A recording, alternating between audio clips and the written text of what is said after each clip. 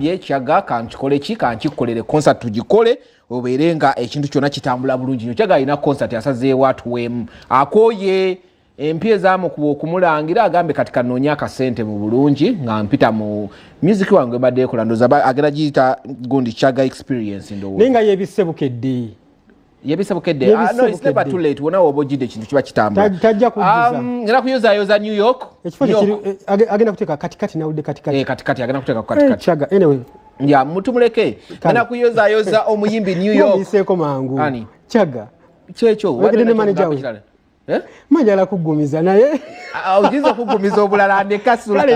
andeka ngenda kugoyoza New York impapula za Canada yazifunye yabaze nazifuna bale bachusa prime minister ebintu bibade bikaye nga afulumya buli omu New York ngabo ne 2 weeks 3 weeks back yankubirako nga nabya yagala mutase mwawo ngagamba ekintu kitabuse ne tugiragira speed kakati empapula zina omanyo mukazi yamutwala yamudisa okuva kuno ngo ulide wakana anti kati era ne eri abadde mu bufumbo naye abuddukamu Irene Kuluga ya mchawa no isi ya mutwalo yoweno gundi Turkey ntimanyi Germany Turkey bebamu bachala baba mugobelanga ku mpapula ya mutwala yali mu Canada era yabeera yo mwaka na alaba tegwawera naayitamu omwaka tegwawera jali era ine mulimo gwe yafunye ne mpapula New York yes bambi New York nge boda yajiwonye salama yabona nena mugambye ejoli gundi dagali sasa toliteka mu yali boda wa Red and Weasel bagoba tuma chapati yali Red ndizo bali basoleli mu Neverland kati nivyo huko ngagoba tuma chapati ndetera somba kino ate wa Kenzo yali akola yoki bonna yalinga abavuga kati Kenzo webaka na msaini ngao mu big talent na ngatanso kuyimba katonda ya mubikuli boda yagitunda anti kali atana ajivugira Canada nini nawe ni majala kogera muyimbe yajigula ali yajigula lili pazo obadde ki kale Zex birangira njina yayisemu ali US lawyer yamututte wetwogerera kati naye ali ku mutakeeri omukazi we oye yamututte lwakuba mwatugana okugamba lawyer mulamba kati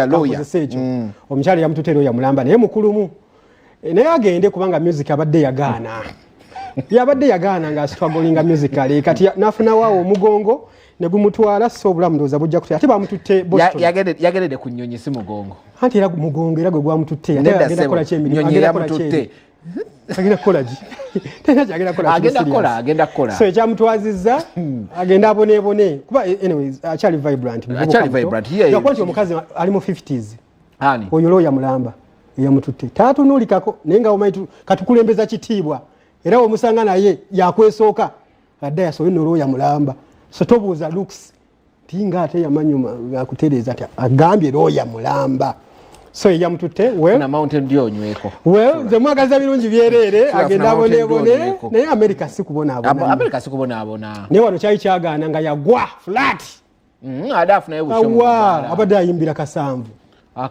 aka Uganda na n'olumu tebamutwala tebamubuuki akatagira mna motoka jadavuga mafuta ate motoka ya mukazi oyo yennyini yagenze naye yabadde asasula omuzigo nze bankubirako nga baagala mbaguleko curtains ezaki ez'omu nnyumba ne bagala byange bijja mu flip interiors because ebintu bino babitunze bangabe bukimu n'olweyo cover ze cement abadde talina nnyo byayina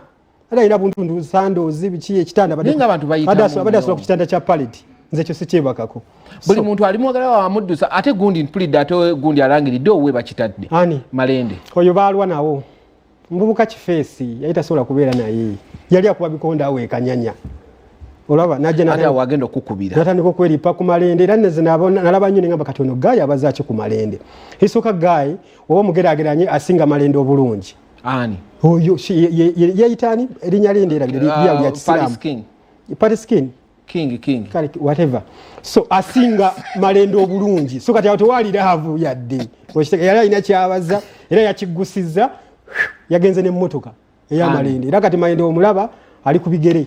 honorable bayine motoka nyi bayina ne spark stone naye motoka yagitutte tekisoboka era ne social media era malende agambye anonya muntu asobola okuzza gundize bulungi nnyo so Irene Namubiru yalonchinze